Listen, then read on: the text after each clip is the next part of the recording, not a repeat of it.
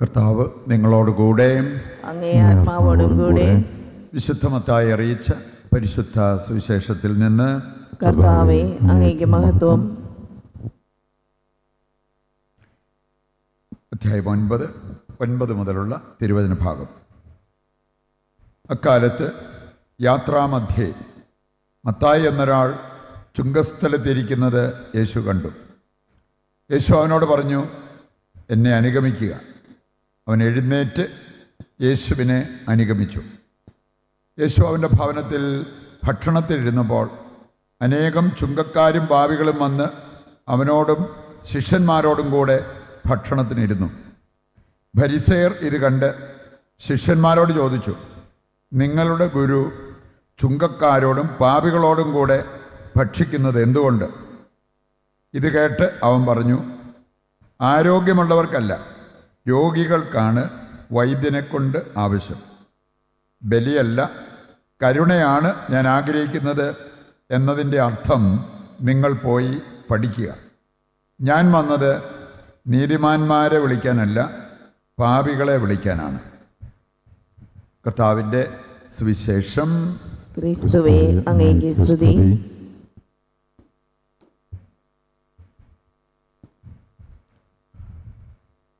ഈശോയിൽ പ്രിയപ്പെട്ടവരെ, വളരെ മർമ്മപ്രധാനമായ ഒരു കാര്യം ദൈവമക്കളെ, ക്രിസ്ത്യാനികളെന്ന് വിളിക്കപ്പെടേണ്ട നമ്മളെ ദൈവം ഓർമ്മിപ്പിക്കുന്നത് കാണാൻ പറ്റും. ബലിയല്ല, കരുണയാണ് ഞാൻ ആഗ്രഹിക്കുന്നത്. നമുക്ക് പഴയ നിയമത്തിലും പുതിയ നിയമത്തിലും ഒരുപോലെ പ്രാധാന്യം കൽപ്പിച്ച് പറയപ്പെട്ടിരിക്കുന്ന ഒരു വിഷയമാണിത്. ഹോസിയ 6-ാം അധ്യായത്തിൻ്റെ 6-ാമത്തെ വചനം. അവിടെ പറഞ്ഞിരിക്കുന്നത്, ബലിയല്ല, കരുണയാണ് ദൈവം ആഗ്രഹിക്കുന്നത്. നിങ്ങൾ ദൈവിക ജ്ഞാനമുള്ള വ്യക്തികളായി മാറണം എന്നുള്ളത് കർത്താവ് ആവശ്യപ്പെടുന്ന ഒരു കാര്യമാണ്. ജ്ഞാനമുള്ളവർ കരുണയുള്ളവരായി മാറും. പുതിയ നിയമത്തിലേക്ക് വരുമ്പോൾ മത്തായി 9:13 നമ്മളിപ്പോൾ വായിച്ചു കേട്ട സുവിശേഷത്തിൻ്റെ ഭാഗമാണ്. 12-ാം അധ്യായത്തിൻ്റെ 7-ാമത്തെ വചനത്തിലേക്ക് വരുമ്പോൾ വീണ്ടും അവിടെ കർത്താവ് പറയുന്നുണ്ട്, ബലിയല്ല, കരുണയാണ് ഞാൻ ആഗ്രഹിക്കുന്നത് എന്നതിൻ്റെ അർത്ഥം നിങ്ങൾ മനസ്സിലാക്കിയെങ്കിൽ നിങ്ങൾ നിരപരാധരെ വിധിക്കില്ലായിരുന്നു. ഇവിടെയെല്ലാം നമ്മൾ കാണുക, ദൈവം പ്രത്യേകം എടുത്തു പറയുന്ന ഒരു കാര്യമാണ്, ബലിയേക്കാൾ കരുണ വളരെ ആവശ്യമാണ്.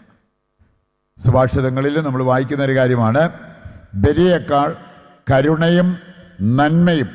അതാണ് ദൈവം ആഗ്രഹിക്കുന്നത്, ദൈവമക്കളുടെ ജീവിതത്തിൽ കാണാൻ ആഗ്രഹിക്കുന്ന കാര്യങ്ങൾ. ശരിക്കും നമുക്ക് ബൈബിളിലൂടെ കടന്നു പോകുമ്പോൾ നമ്മൾ കാണുന്ന ഒരു കാര്യമുണ്ട്. ദൈവം കരുണ കാണിച്ചതിന് 2 പ്രത്യേക ലക്ഷ്യങ്ങളുണ്ട്. ഒന്നാമത്തേത്, നാം അനുതാപത്തിലേക്ക് നയിക്കപ്പെടണം. റോമാലേഖനം 2:4 വായിച്ചാൽ അതിൻ്റെ സന്ദേശം അതാണ്. നിങ്ങൾ അനുതപിക്കണം. അതാണ് ദൈവത്തിൻ്റെ കരുണയുടെ ലക്ഷ്യം. രണ്ടാമതൊരു കാര്യം, മറ്റുള്ളവരോട് നമ്മൾ കരുണ കാണിക്കണം. വിധി ദിവസമാണേലും ദൈവം കണക്കിലെടുക്കാൻ പോകുന്നത് നമ്മൾ മക്കളെ എത്ര നല്ല നിലയിൽ കെട്ടിച്ചു വിട്ടു, എന്തുമാത്രം വിദ്യാഭ്യാസം നമ്മൾ നേടി, എത്രമാത്രം പണം നമ്മൾ ഉണ്ടാക്കി, ഇതുവല്ലമാണ്. കാരുണ്യരഹിതരുടെ മേൽ കാരുണ്യരഹിതമായ വിധി ഉണ്ടാവും. അതാണ് യാക്കോസ്ലിയ 2:13 വായിക്കുമ്പോൾ നമ്മൾ കാണുക. ഈ 2 ലക്ഷ്യങ്ങളും നമ്മുടെ ജീവിതത്തിൽ നിറവേറുന്നു എന്നുള്ളത് ഉറപ്പാക്കേണ്ടത് നമ്മുടെ ഒരു ആവശ്യമാണ്. അനുതാപത്തിലേക്ക് നമ്മൾ നയിക്കപ്പെടുക, മറ്റുള്ളവരോട് കരുണ കാണിക്കുക. ഇവ ദൈവമക്കളിൽ നിന്നും പ്രത്യേകം ആഗ്രഹിക്കുന്ന, ആവശ്യപ്പെടുന്ന 2 പ്രധാനപ്പെട്ട കാര്യങ്ങളാണ്. ഇന്നത്തെ ആദ്യ വായനയിൽ നമ്മൾ കണ്ടു, സാധാരണ നമ്മളൊക്കെ പ്രാർത്ഥിക്കുന്നതും ബലിയർപ്പിക്കുന്നതും മറ്റു പല കാര്യങ്ങൾക്കൊക്കെ പോകുന്നതും അതിൻ്റെ ലക്ഷ്യം എന്താണ് എന്ന് തിരിച്ചറിയുന്നത് നല്ലതാണ്. മാത്രമല്ല, എല്ലാ സീസണിലും ഒരുപോലെ നമുക്ക് ദൈവത്തെ സ്നേഹിക്കാനും പ്രാർത്ഥിക്കാനും പറ്റുന്നുണ്ടോ? അവിടെയാണ് പലർക്കും പരാജയം സംഭവിക്കുക. നമ്മൾ കണ്ടു ഇന്നത്തെ ആദ്യ വായനയിൽ, അബ്രാഹം തൻ്റെ ശിഷ്യനെ വിളിച്ച് മകന് വേണ്ടി ഒരു ജീവിത പങ്കാളിയെ തിരഞ്ഞെടുക്കുന്ന കാര്യം, അവനെക്കൊണ്ട് ശപഥം ചെയ്യിച്ച് അയക്കുന്നത് കാണാൻ പറ്റും. ഞാനിടയ്ക്ക് ഈ ഭൃത്യൻ ചോദിക്കുന്നൊരു കാര്യമുണ്ട്. ഞാനവിടെ ചെന്ന് അങ്ങനെ ഒരു കാര്യം ഒരാളെ കണ്ടുപിടിച്ചാൽ അതും പിന്നെ തന്നെ ദേശത്ത് ഗണത്തിൽ നിന്നും കണ്ടുപിടിക്കണം. ഇനി അവർ ഇങ്ങോട്ട് വരാൻ വിസമ്മതിച്ചാൽ മകനെ അങ്ങോട്ട് കൊണ്ടുപോകുന്നതിന് കുഴപ്പമുണ്ടോ? ഉടനെ അബ്രഹാം പറഞ്ഞൊരു കാര്യം, അരുത്. കാരണം ദൈവം എനിക്ക് കൽപ്പിച്ച് നൽകിയ ഒരു ദേശം, ഇതാണ് നിൻ്റെ ദേശം.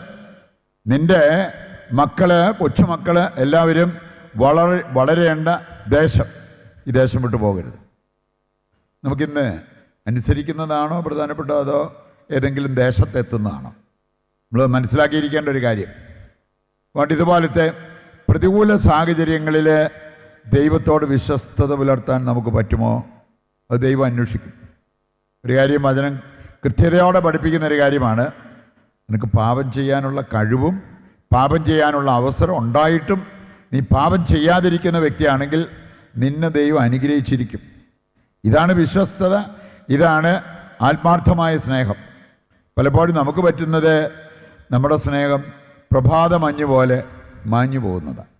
അതാ ഹോസിയ 6-ാം അധ്യായം 3 മുതൽ വായിക്കുമ്പോൾ അവിടെ പറയപ്പെട്ടിരിക്കുന്നൊരു കാര്യം, ഇസ്രായേൽ ജനത്തെ നോക്കി ദൈവം പറഞ്ഞൊരു കാര്യം, സൂര്യൻ ഉദിച്ചാൽ അപ്പോഴേ മാഞ്ഞു പോകുന്ന മഞ്ഞുതുള്ളി പോലെയാണല്ലോ നിങ്ങളുടെ സ്നേഹം.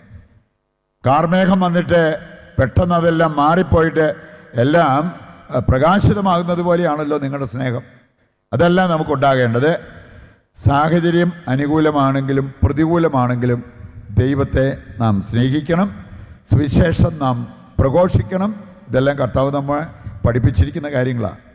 2 തീമോത്തി 4-ാം അധ്യായം 2-ാമത്തെ വചനമെടുത്താൽ അവിടെ പറഞ്ഞിട്ടുണ്ട്, സാഹചര്യം അനുകൂലമോ പ്രതികൂലമാകട്ടെ നീ കർത്താവിൻ്റെ സുവിശേഷം പ്രഘോഷിക്കണം. ഇതുപോലെ പ്രവർത്തിച്ച ഒരു വ്യക്തിയെ നമുക്ക് കാണാൻ സാധിക്കും. 1 മക്കബായർ 2-ാം അധ്യായത്തിൻ്റെ 53-ാമത്തെ വചനം എടുത്താൽ പഴയ നിയമത്തിലെ ജോസഫിനെ കുറിച്ച് പറഞ്ഞിരിക്കുന്ന ഒരു കാര്യമുണ്ട്. കഷ്ടതയുടെ കാലത്തും അവൻ കർത്താവിൻ്റെ കൽപ്പനകൾ പാലിച്ചു. അബ്രാഹത്തെ പോലെ തന്നെ ജോസഫ് ചെയ്തൊരു കാര്യം, ദൈവത്തോട് വിശ്വസ്തത പുലർത്തി. വിശ്വസ്തത ജീവിച്ചിട്ട് അത് കഴിഞ്ഞിട്ട് കിട്ടുന്ന നേട്ടം മതി. അങ്ങനെ വിശ്വസ്തനായി ജീവിച്ചു. അതുകൊണ്ട് എന്താണ് അവൻ്റെ ജീവിതത്തിലുണ്ടായ നേട്ടം? ഈജിപ്തിൽ ദൈവം അവനെ 2-ാം സ്ഥാനത്തേക്ക് ഉയർത്തി. ഫറവോ കഴിഞ്ഞാൽ പിന്നെ പ്രധാനപ്പെട്ടത്, ഈജിപ്തിൽ പ്രധാനപ്പെട്ടത് ജോസഫായിരുന്നു. അത്ര വലിയ അനുഗ്രഹമാണ് അവൻ്റെ ജീവിതത്തിൽ ദൈവം വർഷിച്ചത്. ഇതുപോലെയൊക്കെ നമ്മളും ഈ നൂറ്റാണ്ടിലാണേലും വിശ്വസ്തരായി ജീവിക്കുമ്പോൾ അതിൻ്റേതായ അനുഗ്രഹം നമുക്കുണ്ടാകും. അതിൻ്റെ ബ്ലെസ്സിങ് കർത്താവ് നമ്മുടെ മേൽ, നമ്മുടെ കുടുംബത്തിൻ്റെ മേൽ വർഷിക്കും എന്നുള്ളത് നാം തിരിച്ചറിയേണ്ട ഒരു കാര്യമാണ്. ഇത് ബോധ്യമായാൽ സാഹചര്യം അനുകൂലമാണെങ്കിലും അല്ലെങ്കിലും ദൈവത്തിന് വേണ്ടി നിലകൊള്ളാൻ നമുക്ക് സാധിക്കും. അതിനുവേണ്ട അഭിഷേകത്തിനും അനുഗ്രഹത്തിനുമായിട്ട് ഈ ബലിയിൽ ദൈവത്തോട് നമുക്ക് പ്രത്യേകം പ്രാർത്ഥിക്കുകയും ചെയ്യാം.